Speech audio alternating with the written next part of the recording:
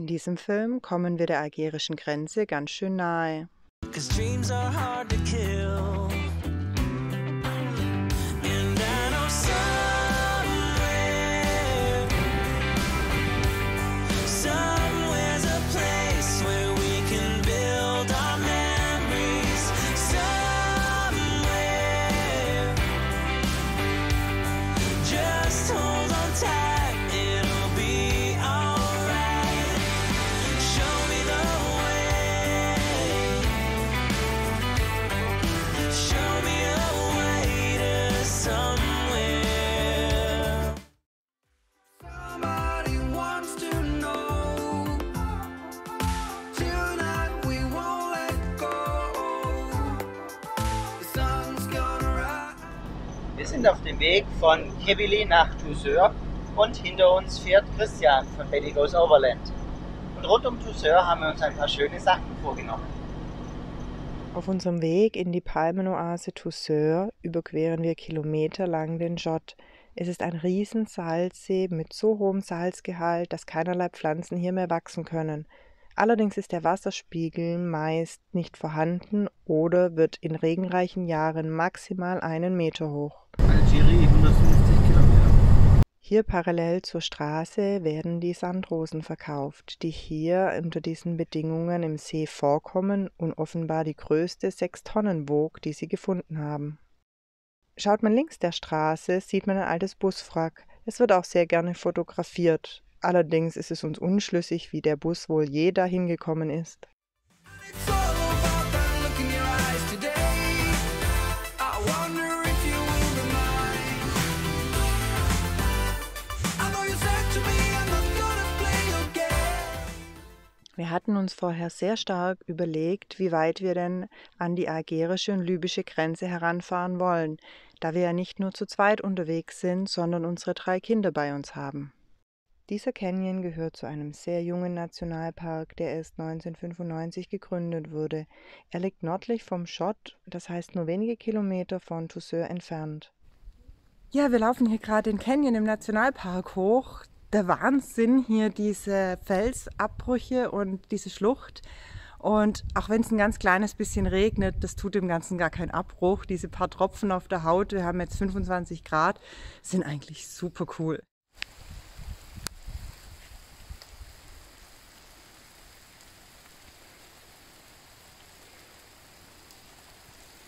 Von dem Naturschauspiel dieses Canyons und der Felsformationen sind wir sehr stark beeindruckt.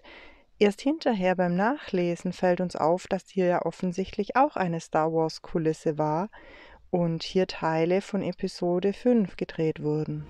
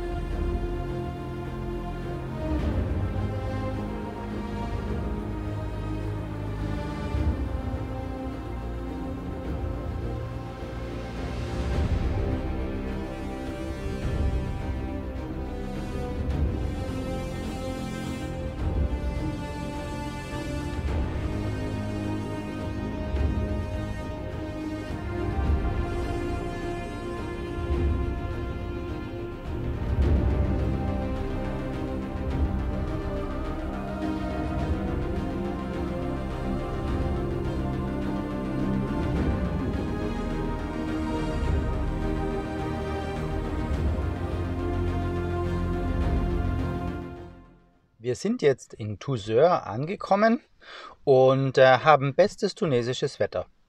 25 Grad, Sturm und es regnet. Das macht ganz komische Sachen mit den Scheiben, schaut mal.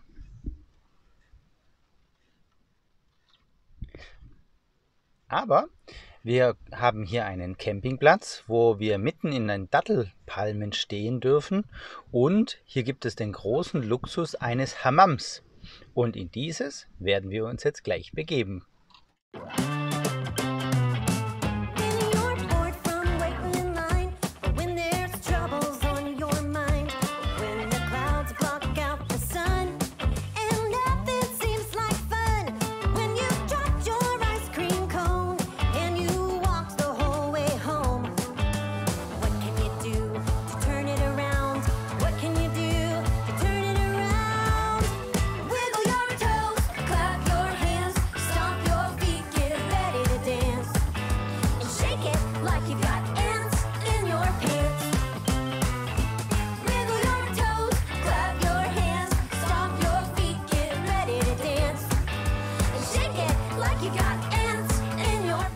ich habe mich jetzt aus dem Hammam davongeschlichen.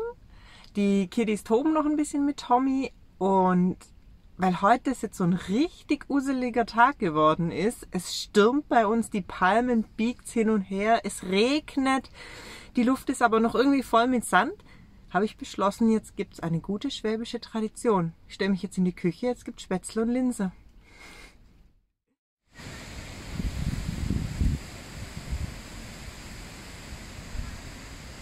Toussaint. Bis hierhin wollten wir eigentlich fahren und nicht weiter. Denn hier geht die Linie durch, die das Auswärtige Amt nennt, wenn es um die Gefahrenhinweise geht.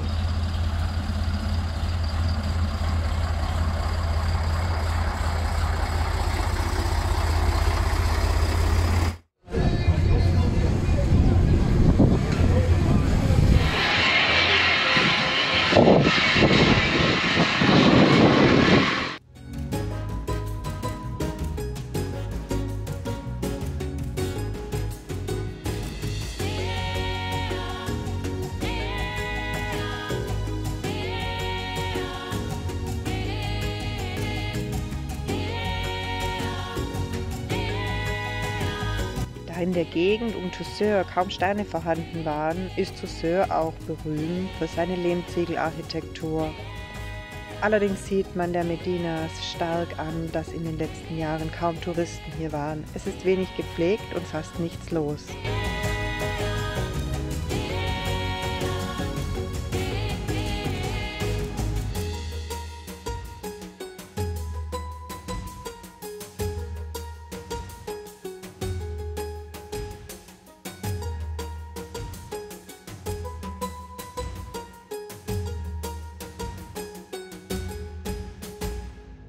Da die Strecke von Nefta aus zu den Star Wars-Kulissen und zum Camel Neck sehr touristisch ist, geben wir uns einen Ruck und fahren sie doch, obwohl sie schon sehr nahe an der algerischen Grenze liegt. It's all about that look in your eyes today.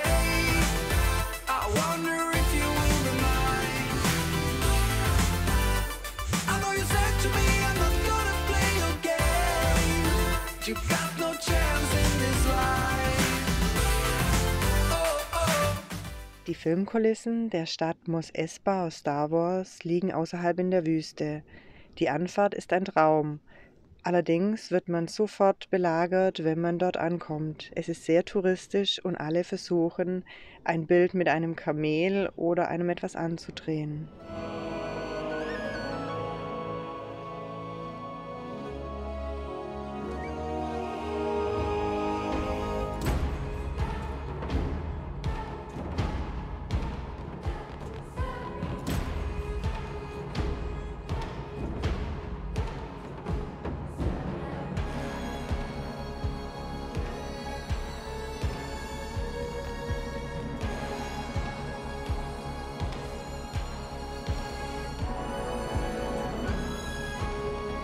Hier wurde die Stadt Mos Espa als Filmkulisse aufgebaut. Man sieht deutlich, dass es nur Kulissen sind.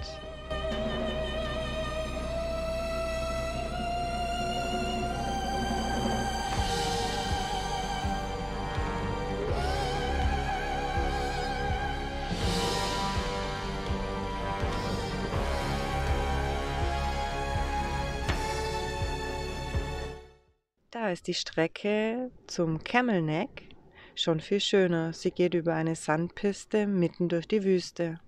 So this could be your last goodbye. No time to worry anymore. It may not be alright for sure. This is the end of the world.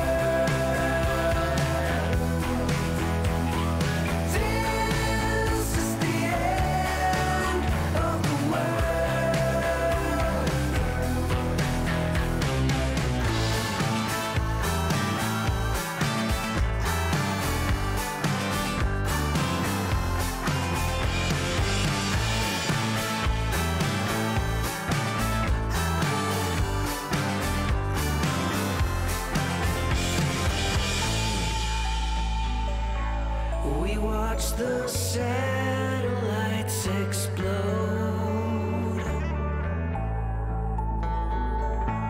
It must be bad news overload.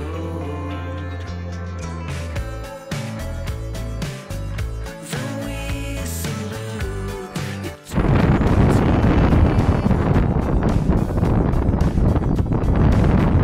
and pay our final bill. This is the end of the world. This is the end of the world. This is the end of the world.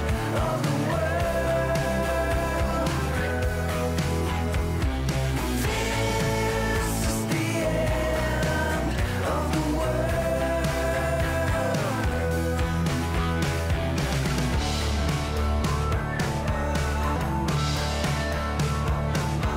Stay on the fight for as long as you can.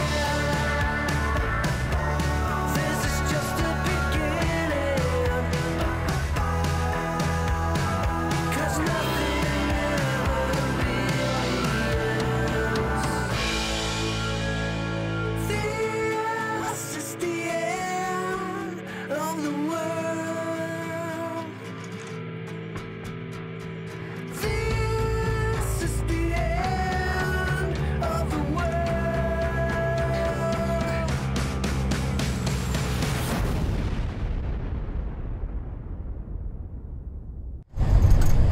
Ja, da war dann mal wieder der Sandsturm.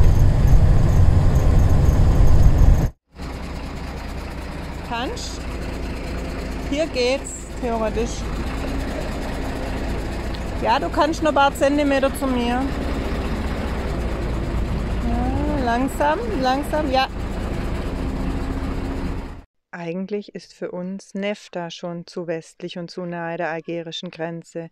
Wir hatten uns eine gedachte Linie gezogen von Tozeur nach Gafsa. It's all about that look in your eyes today.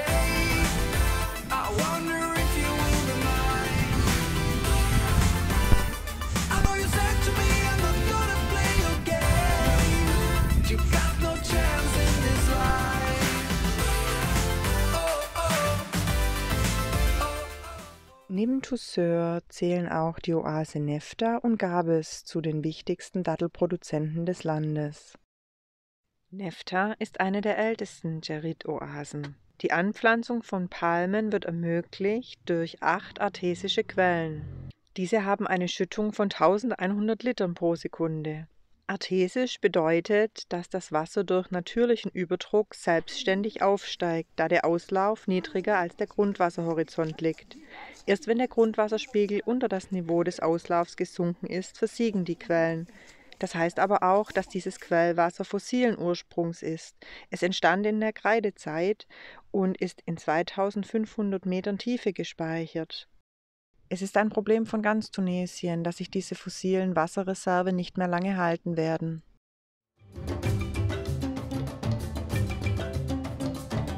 Ja, wir laufen gerade durch die Medina von Nefta.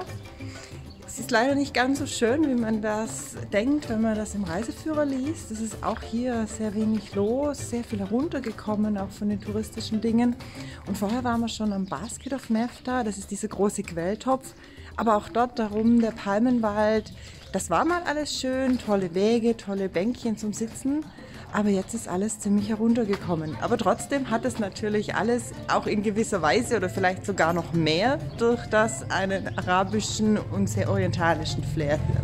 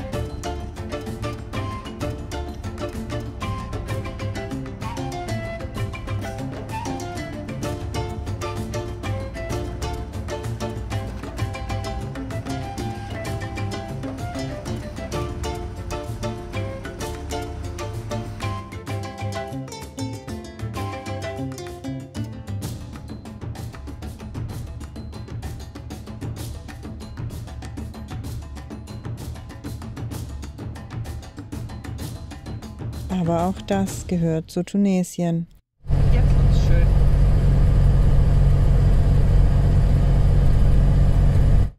Wir sind heute nach Medlaoui gefahren und wollten dort eigentlich den Les Arouches, die rote Eidechse, eine Schmalspurbahn benutzen und dadurch die tolle Schlucht fahren. Leider ist die noch nicht wieder in Betrieb, erst im Sommer, wenn die Touristen kommen. Also stehen wir jetzt hier an einem ganz tollen Stellplatz am Eingang der Schlucht und wurden schon von ganz vielen besucht, tatsächlich aus der Gegend, die sich alle sehr für uns interessieren und wir haben wirklich tolle Gespräche und es macht echt Spaß.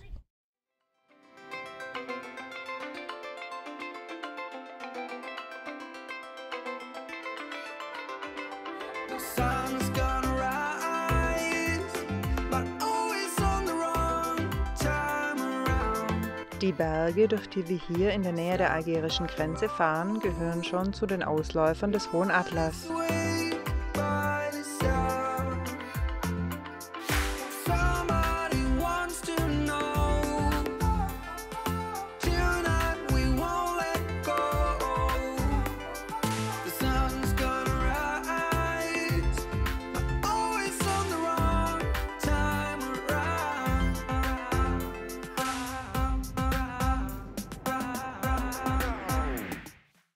Die Selja-Schlucht besucht man am besten vom Südende aus. Hier muss man allerdings durch 2 Eisenbahntunnel durch, bevor man ins Tal absteigen kann. Es gibt aber Aussparungen in den Tunnel für Fußgänger, wenn der Zug kommt, und die Bahn hupt wohl wirklich laut und fährt sehr langsam in diesen Tunneln. And it's all about that look in your eyes today. I wonder if you will be mine. I know you said to me I'm not gonna play your game.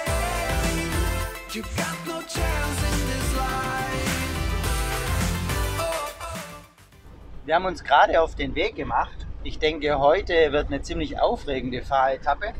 Wir sind auf dem Weg zur Rommelpiste in Richtung Tamersa und wollen danach Richtung Osten abbiegen, wieder Richtung Bohetma Nationalpark, vielleicht sogar hinein, aber auf dem Weg dahin warten schöne Berglandschaften auf uns.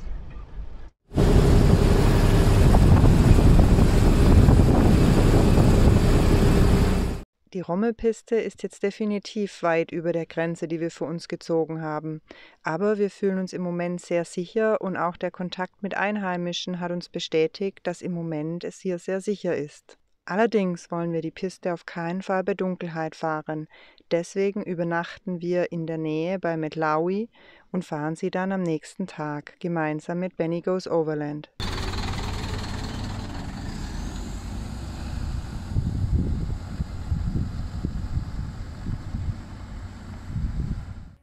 If you would hear me out, now that I'm older and wise, I tell you I'm sorry for all the times I didn't try to get you out. Hear me out.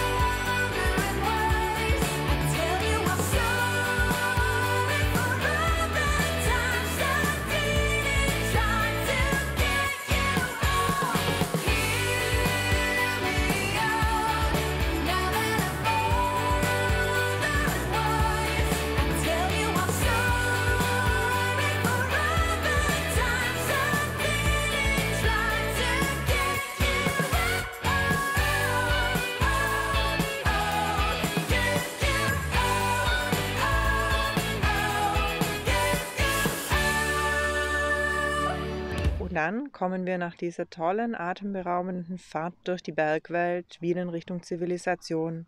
Und sofort ist es wie ein Schlag ins Gesicht, was hier an Müll herumliegt und wie es überall riecht und wie es aussieht.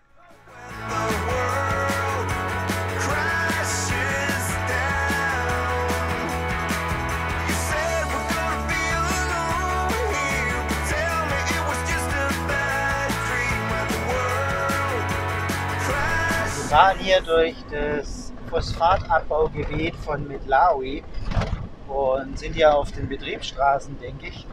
Und um uns herum ist alles durchwühlt, umgewühlt, Abraum, daneben wunderschöne Felsen.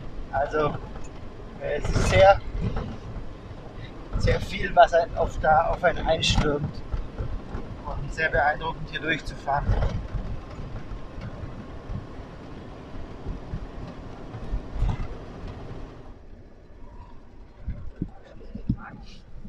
Ja, dem Kollegen ist gerade die Motorhaube aufgeschnappt. Vermutlich ist deshalb auch die Windschutzscheibe völlig in Splittern.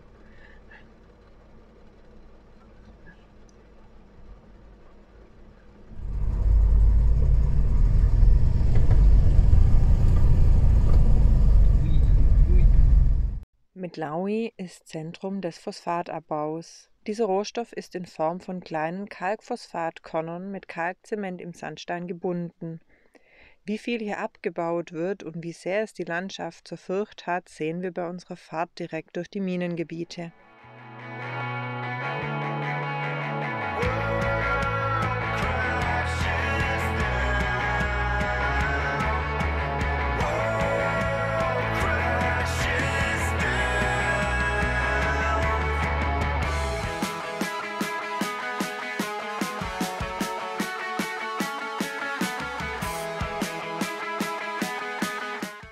Tamersa und die Mides-Schlucht schließen wir nun aber kategorisch aus. Sie ist einfach viel zu nahe an der algerischen Grenze und wir entscheiden ja nicht nur für uns, sondern auch für unsere 3 Kinder. Nach diesen beeindruckenden Tagen, doch ganz schön nahe an der algerischen Grenze, wenden wir uns wieder Richtung Küste. Aber wir sind sehr froh, dass wir auch diesen Bereich Tunesiens angeschaut haben, denn die Landschaft ist nicht nur beeindruckend, sondern auch wunderschön und wir haben uns zu jeder Zeit wirklich sicher gefühlt. This sound